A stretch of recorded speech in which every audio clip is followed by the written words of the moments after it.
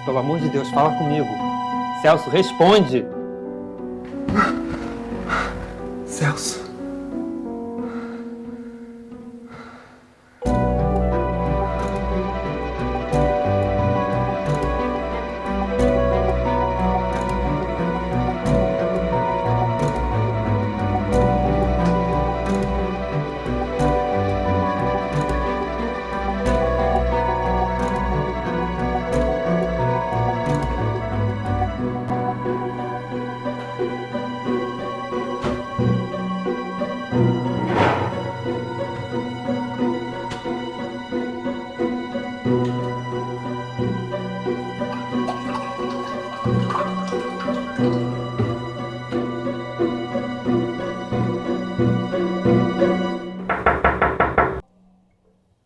Já vai.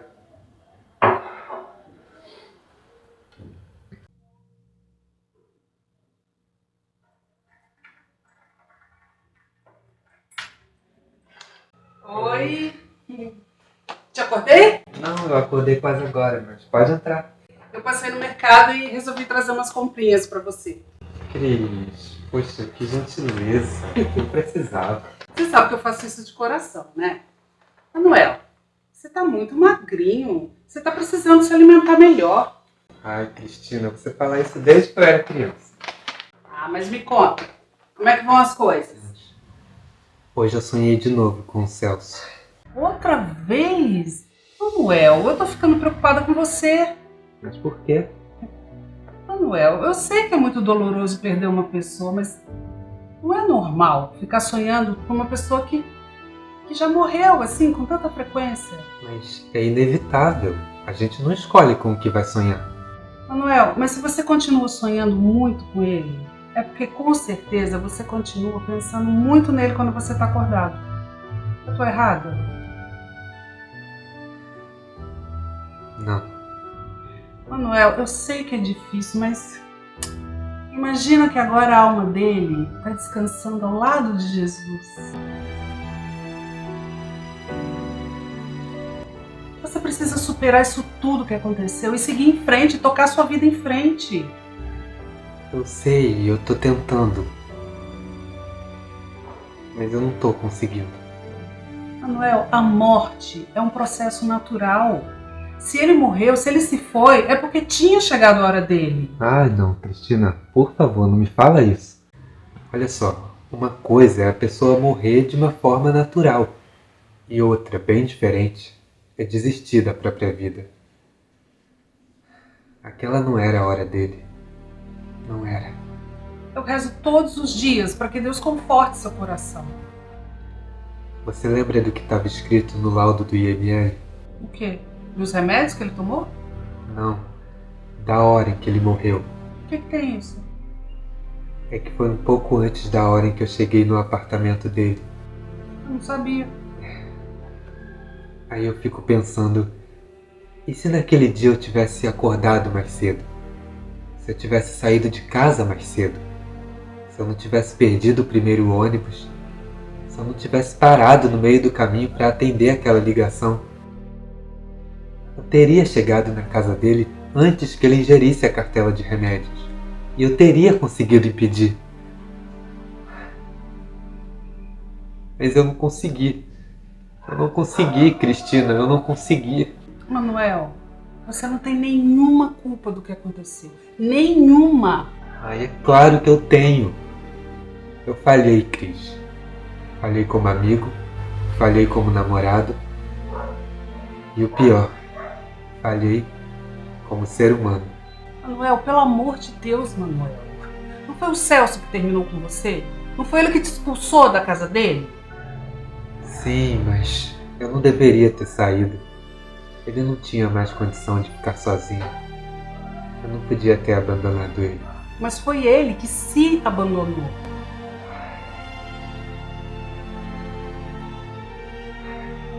Você sabe que eu nunca teria soltado a mão dele, não sabe, Cris?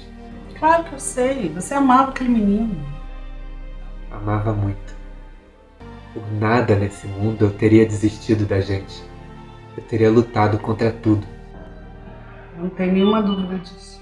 O tanto que eu tentei, incentivá-lo a buscar uma terapia ou algum tipo de ajuda.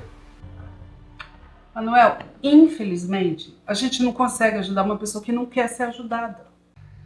Eu descobri isso da pior forma. Eu tenho certeza que um dia essa dor vai passar. Às vezes eu acho que não. Eu perdi o único cara que foi capaz de gostar pelo menos um pouquinho de mim. Manuel, você é muito jovem ainda, não fala assim. Eu tenho certeza que você não vai demorar muito tempo. Você vai encontrar um rapaz que vai te amar e que vai acolher esse seu coraçãozinho. Não, de jeito nenhum. De uma coisa eu tenho certeza. Eu nunca mais vou voltar a me apaixonar. Nunca mais.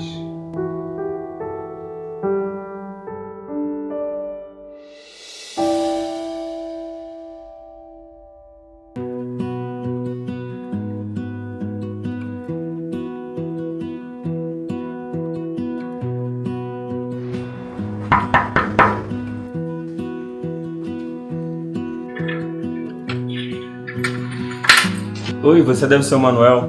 Sim, e você, eu? Eu sou o Yuri.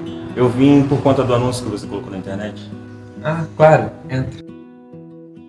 Então, como eu coloquei escrito lá no anúncio, eu tô procurando uma pessoa para dividir as despesas e dividir a casa. É que o aluguel daqui aumentou bastante.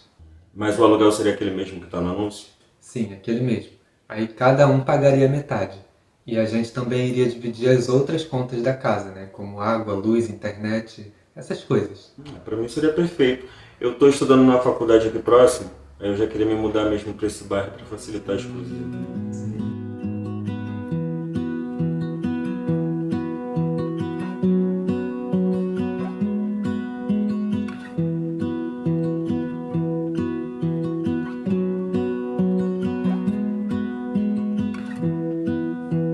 Então, tô dentro? Sim, Maravilha. E quando eu posso me mudar para cá? se quiser até hoje mesmo. Beleza, mano. Só vou fazer uma ligação rapidinho e já vou ajeitar minhas coisas. Tá bom.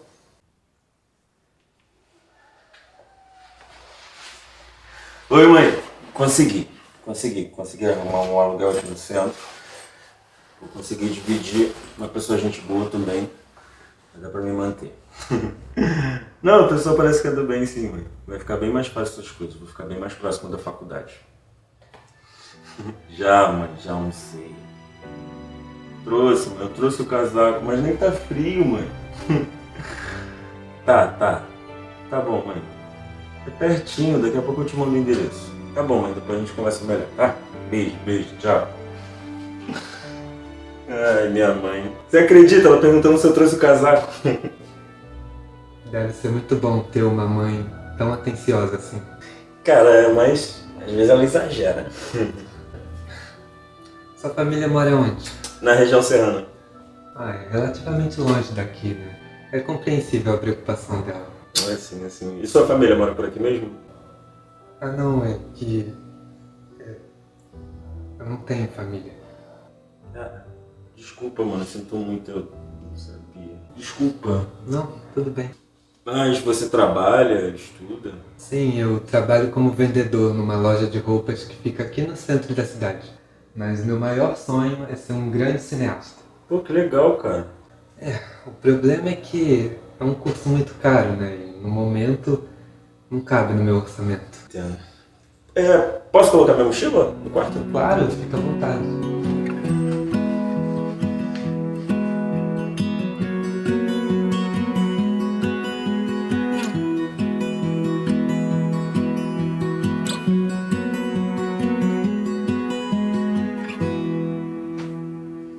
E aí, Yuri?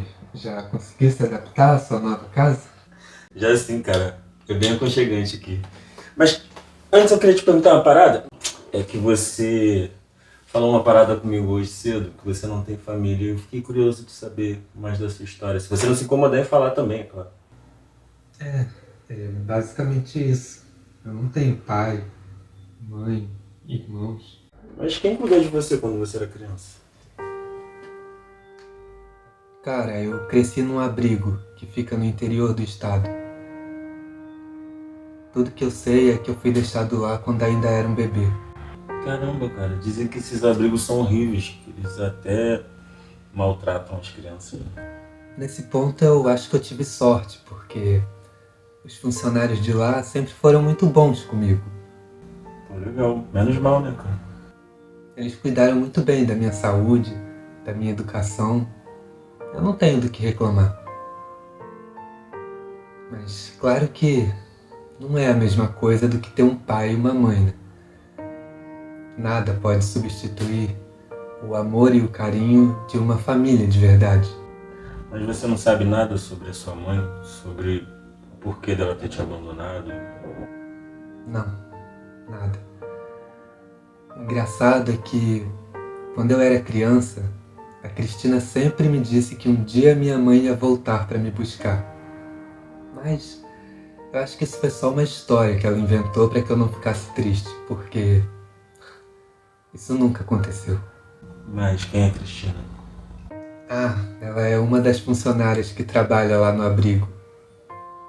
Ela sempre cuidou muito bem de mim e dos outros garotos. Você acredita que, mesmo depois que eu saí do abrigo, ela continuou se preocupando comigo? Sério, cara? Sim, tá sempre por aqui pra saber como é que eu tô. Logo, logo você vai conhecê-lo. Mas e depois que vocês completam a maioridade, vocês saem do abrigo? É o que acontece com todos os garotos que não são adotados. Daí eu fui pra uma república. Lá eu dividia um quarto com outros 4 garotos que também eram maiores de idade e tinham saído de outros abrigos. E era legal? Não muito, mas felizmente eu não fiquei muito tempo por lá. Mais ou menos nessa época eu conheci o Celso e ele me chamou pra morar com ele. E quem é Celso? É o meu ex-namorado. A gente se conheceu na loja que eu trabalho até hoje. Ele foi lá um dia pra fazer umas compras e perguntou se a roupa tinha ficado bonita nele. Eu disse, fala sério, né? Qualquer coisa fica bonita em você. Daí ele riu, me passou o telefone dele, enfim. Ficamos amigos. E logo começaram a namorar. Foi tudo muito rápido. E hoje eu entendo por quê. E cadê ele? Por que vocês terminaram? Essa é a parte mais difícil de contar. Ele tinha depressão e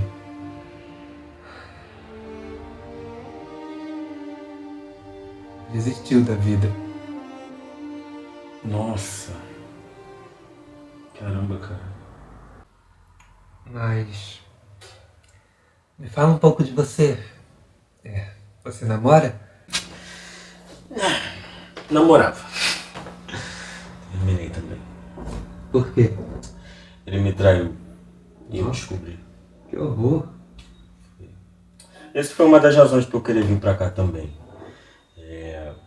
A cidade que a gente vive lá é muito pequena, então em algum momento a gente ia acabar se esbarrando e ele me magoou muito, eu não queria ter mais esse contato. Deve ter sido horrível. Foi, cara. Foi tão ruim que eu prometi pra mim mesmo que nunca mais irá voltar a me apaixonar por ninguém.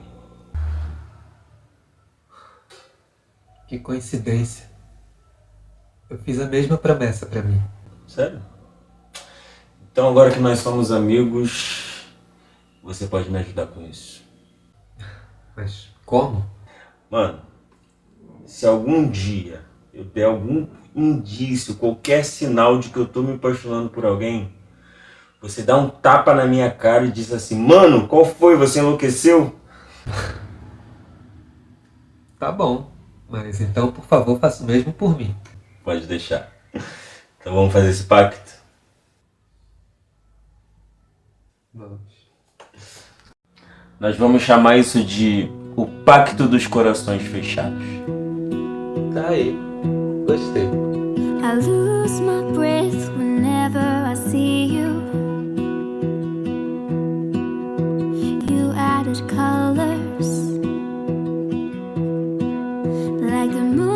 to some, we don't care about the others.